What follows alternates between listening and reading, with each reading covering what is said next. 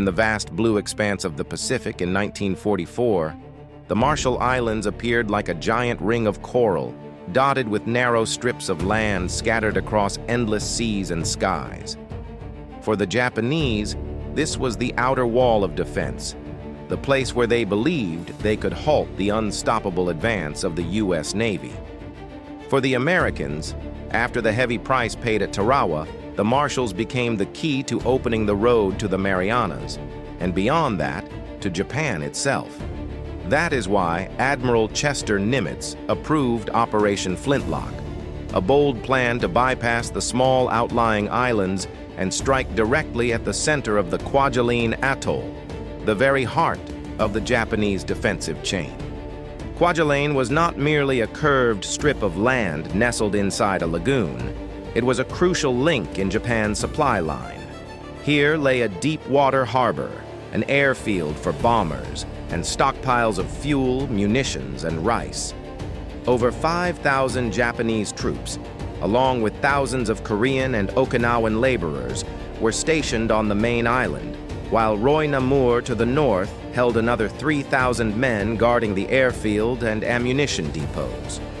Reinforced concrete bunkers, 127mm naval guns, 75mm anti-tank weapons, and heavy machine guns buried in underground shelters turned Kwajalein into a fortress of steel. The Japanese High Command had ordered their men to fight to the last bullet, signaling a confrontation that would show no mercy. But this time, the enemy they faced was no longer the inexperienced Marines of Tarawa. After that bloodbath, the Pacific Command had learned hard lessons. Divisions slated for the assault, trained for months in Hawaii. Marines learned to maneuver amphibious tractors through heavy surf, to use plow blades mounted on LVTS to clear obstacles, and to coordinate closely with naval gunfire as they approached the shore. For the first time, LVTAS, armed with 37mm guns, would provide direct fire support from the sea. On Hawaii's beaches, mock-ups of Japanese bunkers and coral reefs were built for day and night rehearsals. Military doctors trained to administer aid on the Amtraks, while offshore, white-hulled hospital ships stood ready to receive the wounded. Every measure was taken to ensure Kwajalein would not become another Tarawa. Operation Flintlock officially began in late November 1943, when American airstrikes and naval bombardments rained down on the Marshall Islands. From December 4th onward, nearly every day, the skies above trembled with the roar of engines and falling bombs. For weeks on end, B-24 bombers and U.S. warships pounded relentlessly, reducing Japanese airfields, fortifications, and defensive lines to rubble. This was not merely a prelude, but a carefully orchestrated preparation for a joint assault.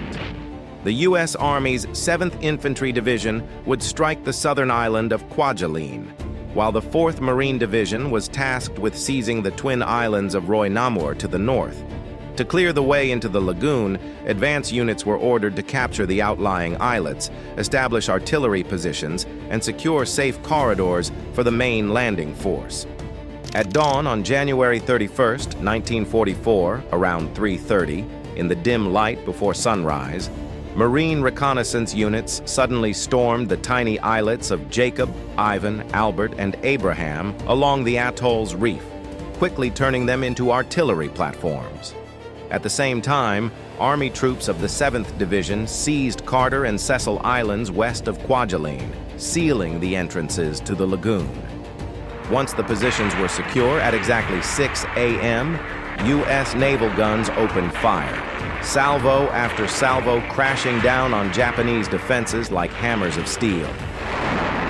Throughout January 31st and into the morning of February 1st, the skies and seas around Kwajalein shook violently. Battleships, cruisers, and destroyers of Task Force 53 closed to within just a few thousand meters and poured direct fire into enemy fortifications. Overhead, waves of B-24s from the Gilberts dropped bombs that pulverized concrete bunkers and leveled the airfield on Namur. Ammunition and fuel depots exploded into towering fireballs, tearing apart defensive positions and silencing machine guns and anti-aircraft guns. Lieutenant General Holland Smith, commander of the Marines, later admitted he had never loved the Navy so much, for it was their precise, overwhelming firepower that smashed the beach defenses. On board the transports, American soldiers felt the tremors ripple through the ships with every salvo. They knew the battle was imminent, but few realized that much of the Japanese resistance on the landing beaches had already been annihilated. On the other side, the blinding flashes and endless detonations heralded the end of days. On Roy Namur, just after 8 o'clock, artillery crews tried desperately to adjust their 127mm guns, but all lines of communication with headquarters had been severed. Many bunkers collapsed, burying soldiers alive. Young officers clawed at the rubble with their hands, finding only blood and faint, fading breaths. The defenders knew they were completely cut off. No air support, no navy, only a few days of rations and ammunition left. Yet in the spirit of Gyokusai, to die as shattered jewels rather than live in disgrace, they carved farewell messages to their families into the walls of their bunkers, gripped their rifles tightly, and waited for the enemy to come.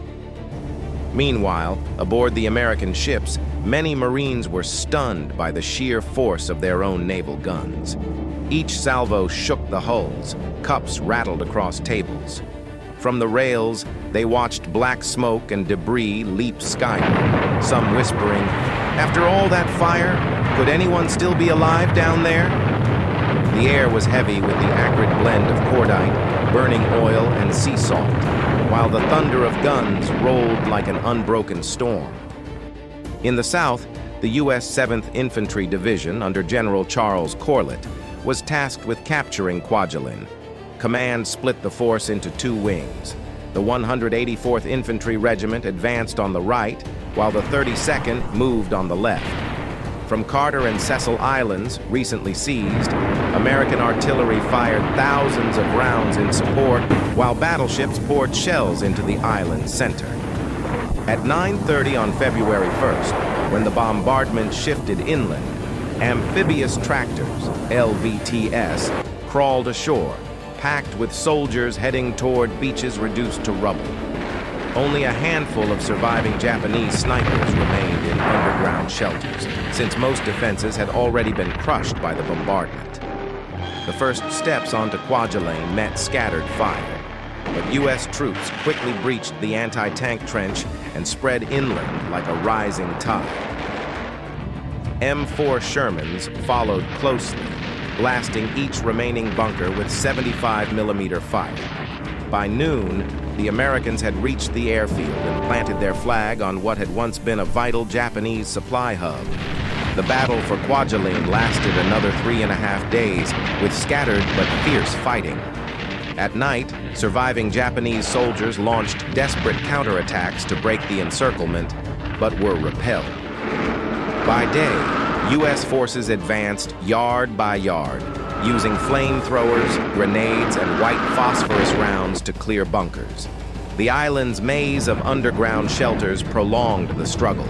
Many Japanese refused to surrender, charging with bayonets in suicidal rushes.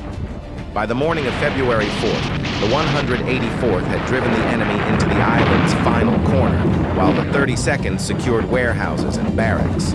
At 10:30 that morning, the last pockets of resistance were eliminated.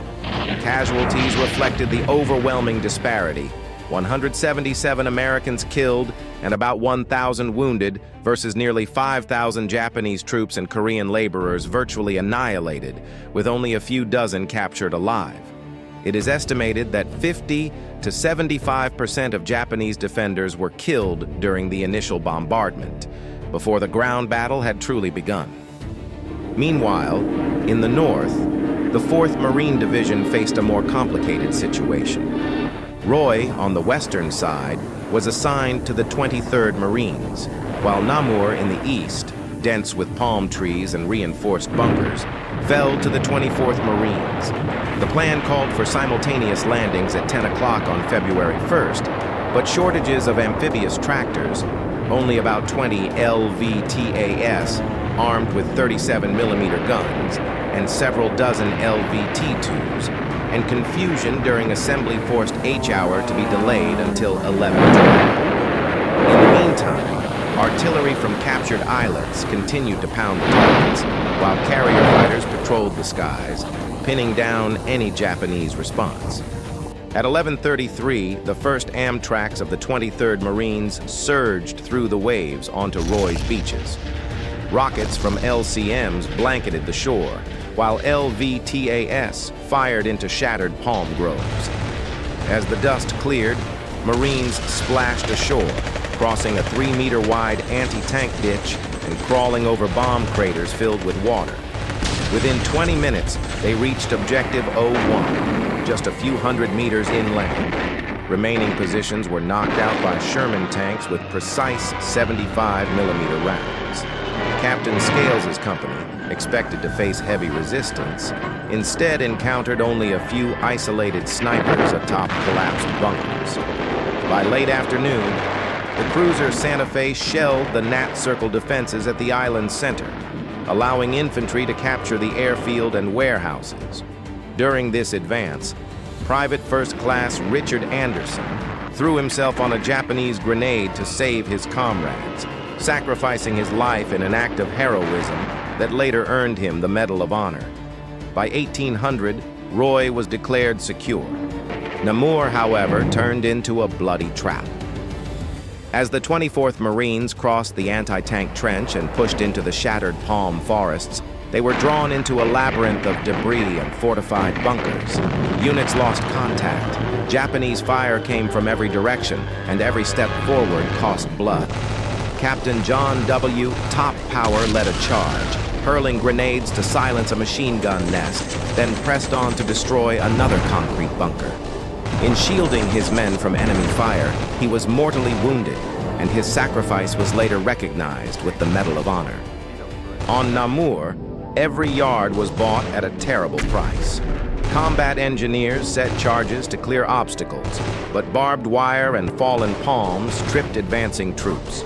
Japanese machine guns fired through tree trunks, 7.7mm rounds splintering wood and ricocheting into crawling Marines.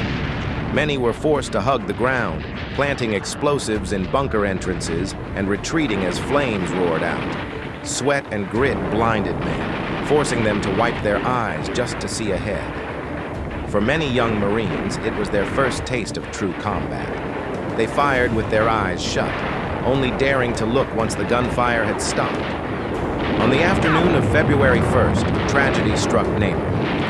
As an American engineer team demolished a warehouse along Nut Lane, no one realized it concealed Japanese torpedo warheads. The explosion erupted like thunder, sending a towering column of fire and smoke into the sky. The shockwave shook the entire island, hurling Marines through the air, killing 20 and wounding over 100. For a moment, the assault stalled. Debris rained down amid cries of agony. Officers scrambled to regroup, evacuate the wounded, and reorganize their forces amid scenes of devastation.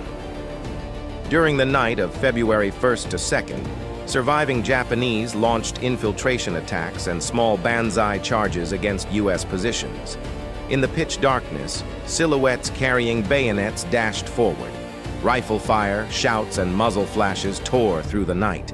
In one foxhole, when a grenade rolled among his comrades, Private Richard Sorensen threw himself onto it, sacrificing his life to save 5 others, an act of valor that earned him the Medal of Honor. At dawn, the enemy launched their largest banzai attack. Screaming, wielding blades and bayonets, they charged into barbed wire, only to be mowed down by machine guns and artillery.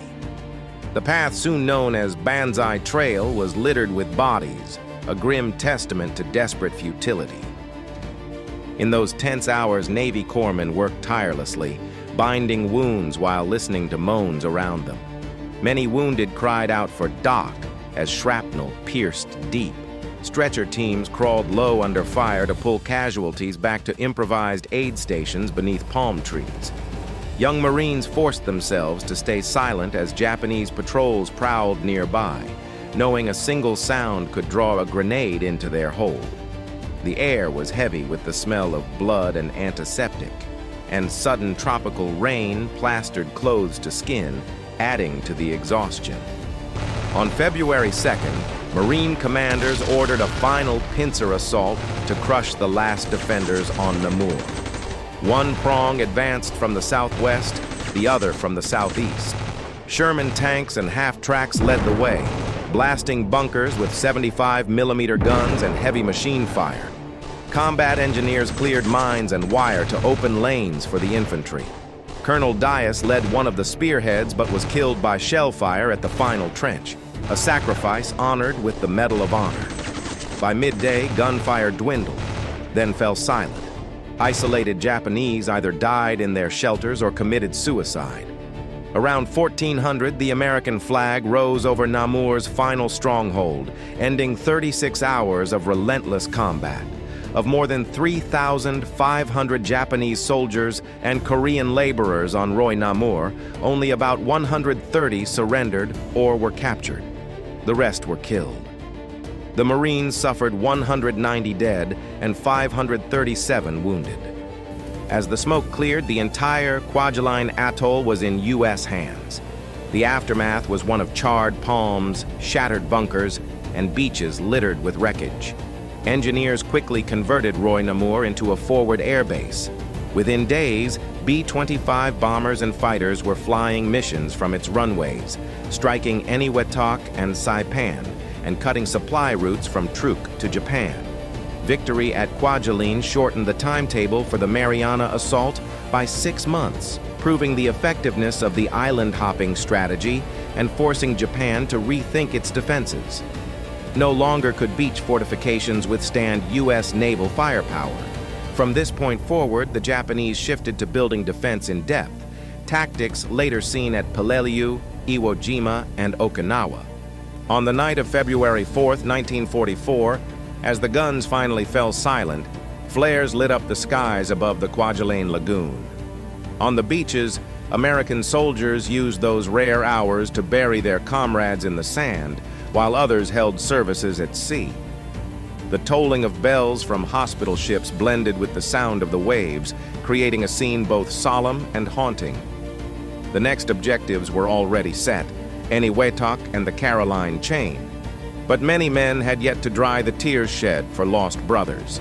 The severely wounded were evacuated to Pearl Harbor, while the rest immediately began building new runways, repairing piers, and clearing the ruins.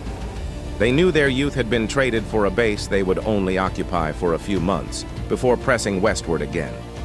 With Roy Namur and Kwajalein transformed into forward bases, B-25 squadrons soon began striking Eniwetok, Truk, and the Palau Islands. Within months, hundreds of B-24s flew from these runways to bomb the Marianas and support the Saipan campaign. And from the Marianas, the B-29 superfortress finally had the range to strike Tokyo, Kobe, and Osaka. Like falling dominoes, Kwajalein became a vital link that opened the way for Guam, Tinian, and ultimately the end of the war with the atomic bomb. Years later, veterans would recall that it all began on a strip of sand they had once thought insignificant. Yet behind victory lay those left unremembered. Thousands of Japanese soldiers died without graves, and countless Korean laborers had been forced to fight or toil under brutal conditions. As American troops cleared bunkers, they found diaries filled with homesickness and apologies to families far away. Some Marines kept mementos, a handkerchief, a kimono, a packet of cigarettes. Whatever side they fought on, they too were victims of a war beyond their control. Their sacrifices a stark reminder of its terrible cost. Kwajalein was more than a tactical triumph. It was the successful proving ground for the lessons learned at Tarawa. Amphibious tractors, tanks, and naval gunfire now worked in seamless coordination. Artillery was placed on small captured islets for direct fire support, while naval fire pressed close to the beaches and air power delivered unbroken bombardment. These innovations became the blueprint for the Pacific campaign. The stories of Richard Anderson, John Power, Richard Sorensen, and Colonel Dias became enduring symbols of sacrifice and valor. And on that quiet night, as waves lapped gently against the coral shores of Kwajalein, their vow still echoed. We will keep moving forward until this war is ended and peace returns to these distant islands, these distant islands, these distant islands.